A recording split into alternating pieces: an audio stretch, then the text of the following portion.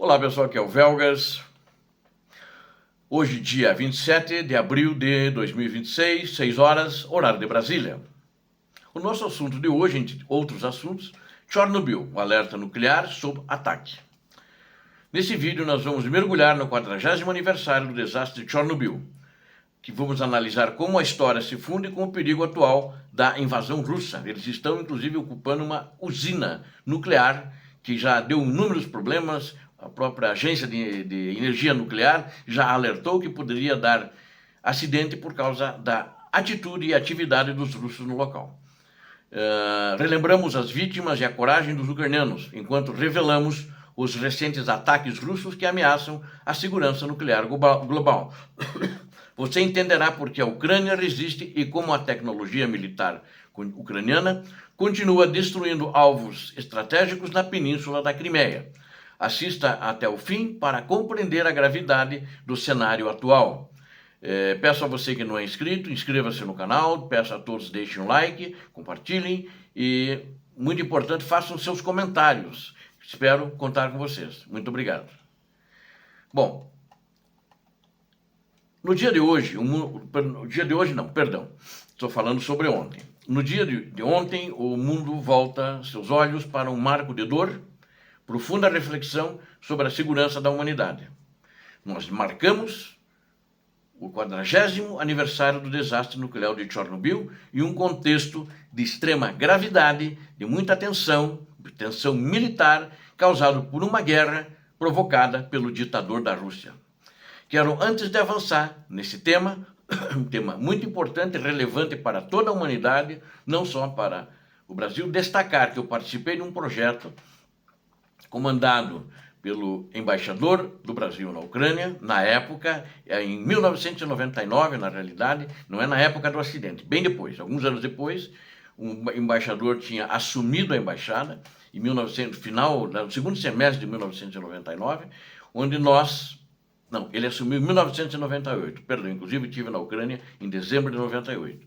E aí, durante 99, o projeto começou, o embaixador comandou o projeto, teve a ideia do projeto de ajudar vítimas de Chernobyl, o embaixador brasileiro Mário Augusto Santos.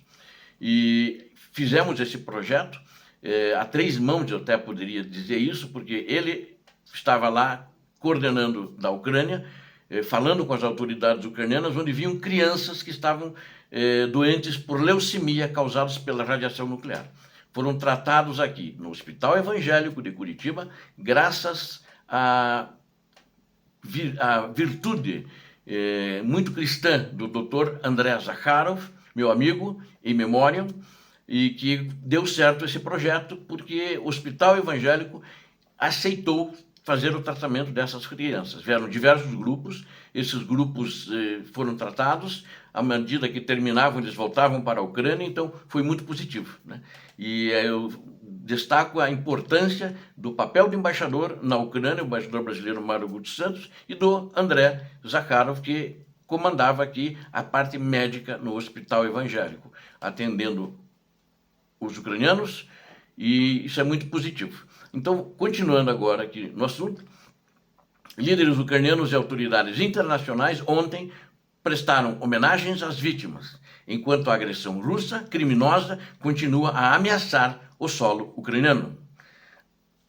O presidente Volodymyr Zelensky lembrou com solenidade todos aqueles que perderam a vida, lidando com as consequências diretas da explosão. O líder ucraniano enfatizou que a memória das vítimas do desastre deve descansar em paz, mas o alerta sobre o perigo nuclear permanece vivo, com o que eu concordo com ele. Porque o acidente, original, né, o acidente ocorreu na madrugada de 26 de abril de 1986, na usina que está localizada ao norte da Ucrânia, próxima à Bielorrússia, inclusive à fronteira da Bielorrússia. Naquela época, a nação ainda estava sob o domínio da União Soviética, a nação ucraniana, e o controle centralizado de Moscou falhou tragicamente com o povo ucraniano. Eles também cometeram um crime na época ao não divulgar, né? E na época a Ucrânia era uma república autônoma da Rússia, né? A explosão do quarto reator provocou o derretimento do núcleo e lançou uma nuvem radioativa que atravessou fronteiras e contaminou a Europa. Uma enorme zona de exclusão foi criada, forçando o deslocamento de mais de 116 mil pessoas de seus lares, ali naquela região da usina. Até hoje, este evento permanece como o desastre nuclear mais mortal da história da humanidade em termos de vítimas e danos ambientais. Note uma coisa, o número total de vítimas não é claro e sabe-se que é muito mais do que a União Soviética na época, sob o governo de Mikhail Gorbachev, divulgou. A primeira-ministra ucraniana, atual primeira-ministra ucraniana, Yulia Sviridenko, destacou que a explosão no quarto reator mudou para sempre o destino de milhões de famílias ucranianas. A senhora Sviridenko estabeleceu um paralelo direto entre o autoritarismo da antiga União Soviética e as ações do atual regime de Moscou. Ela afirmou que a Rússia ainda exibe comportamentos totalitários. Não é só comportamentos, ela totalmente é totalitária. E o sonho do ditador da Rússia é ser um tsar, né? Ele quer mandar em tudo e em todos. E quer voltar, já voltou na realidade a Rússia, como seu povo tem que se comportar, à antiga União Soviética. Regrediu, o que eles avançaram depois que a União Soviética foi desmembrada por a sua incapacidade de atender aos anseios do povo e a qualidade de vida do povo. Eles avançaram, e nesses últimos, os 4 anos da invasão, da segunda fase da invasão, a Rússia regrediu muito, regrediu à época de Stalin. Um fato alarmante ocorreu em fevereiro de 2025, quando um drone iraniano do tipo Shahed, que eles fornecem para a Rússia, atingiu a estrutura de proteção de um domo que protegia o quarto reator, lá na usina de Chernobyl. O alvo foi um novo confinamento que teve que ser feito, a Ucrânia providenciou isso, seguro, que cobre as ruínas do reator destruído, causando danos estruturais que preocupam os engenheiros.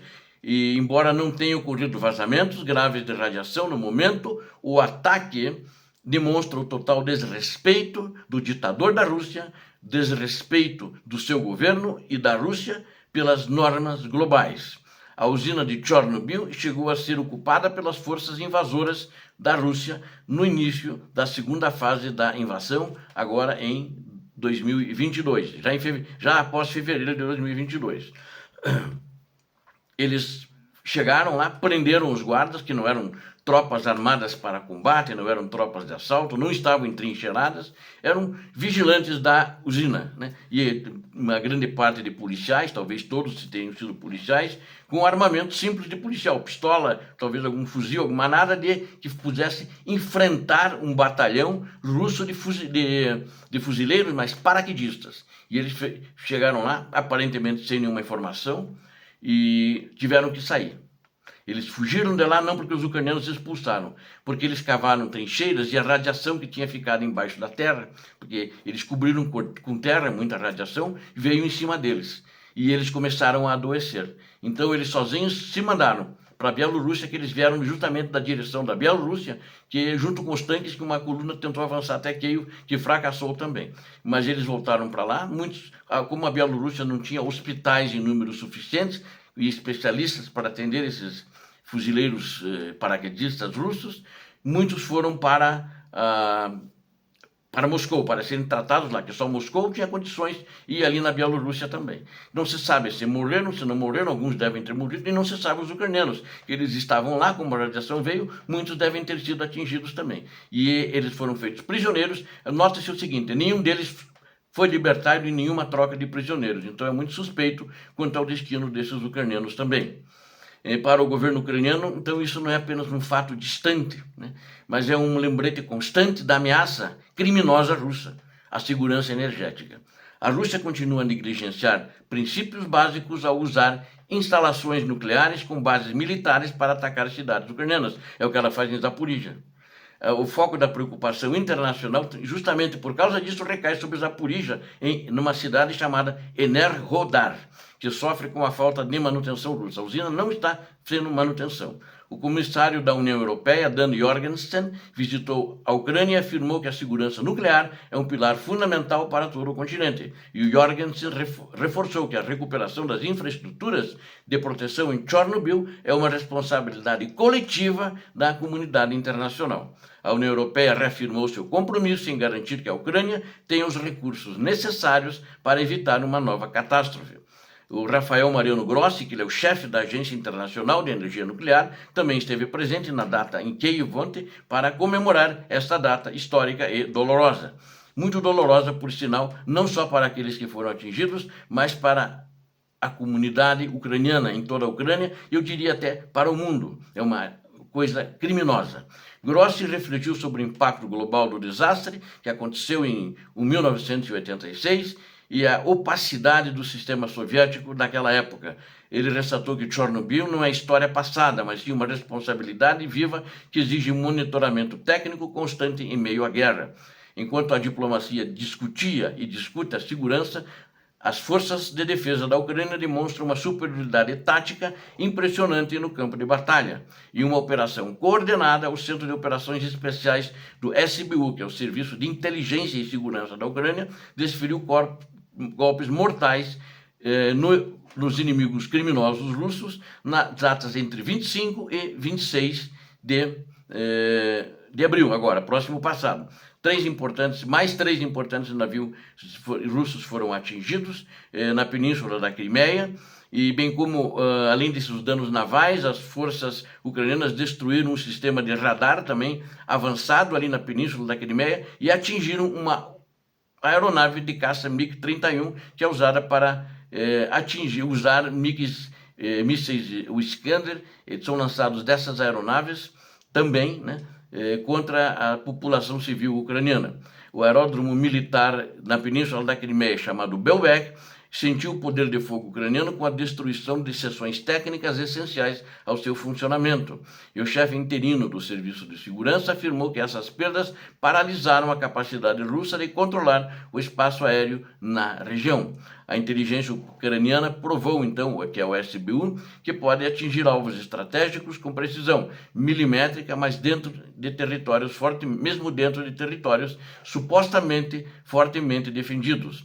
O tráfego ferroviário na região também de Sevastopol, nessa mesma região, já pela segunda ou terceira vez, foi suspenso novamente após esse sucesso das operações com drones de longo alcance que bombardearam mais uma composição que estava levando munições. E uma série de explosões aconteceram, não é a primeira vez que isso aconteceu, mas sabe que uma linha ferroviária pode ser reconstruída de uma maneira até que rápida. E todas as vezes os russos reconstroem, mas só que os ucranianos estão de olho. Quando eles veem uma composição ferroviária transportando carga, eles normalmente mandam um drone atrás dessa composição ferroviária, e na data de ontem não foi diferente. A resistência ucraniana mostra que o regime totalitário e criminoso moscovita não terá paz enquanto ocupar ilegalmente e criminosamente as terras da soberania ucraniana. A proteção da vida humana e a integridade nuclear dependem diretamente da vitória da Ucrânia sobre esses invasores irresponsáveis da Rússia. Para concluirmos a história de Chernobyl, que eu tive a honra de participar nesse projeto humanitário, junto com o embaixador Mário Augusto Santos e junto com o André Zakharov, que eu quero também destacar um ponto que eu já estava esquecendo, é o treinamento de médicos que aconteceu aqui também, em transplante de medula, e que de pessoa para pessoa, que a Ucrânia não tinha essa tecnologia, e aí foram treinados no Hospital Evangélico, graças a um acordo feito com a Universidade Federal do Paraná, com o reitor da universidade e com o setor de transplante de medula óssea do Hospital de Clínicas, sob o comando do Dr. Pasquini, do Dr. Ricardo Pasquini, e teve bons resultados também. Entre médicos e enfermeiras, 10 pessoas foram treinadas. A história do Chernobyl nos informa que a negligência, o autoritarismo, cobram um preço altíssimo em vidas humanas. Hoje a Ucrânia luta não apenas por seu território, mas para impedir que a irresponsabilidade criminosa russa não provoque uma nova tragédia em escala global. A destruição de ativos navais e aéreos na península da Crimeia é a prova de que a superioridade tática ucraniana é o único caminho para a segurança da Europa. A Ucrânia, na realidade, está defendendo não apenas a Ucrânia, mas está lutando pela Europa. Ali é o fronte entre Rússia e a Europa. Continua, no canal aqui vai continuar vigilante para informar esse passo a passo, essa luta, o que está acontecendo na guerra da Ucrânia. Portanto, inscreva-se no canal, que aqui você verá sempre a verdade. Eu conto com vocês. Peço a Deus que abençoe a todos vocês, que abençoe a Ucrânia, que abençoe o Brasil. Paz e bem, paz para toda a humanidade.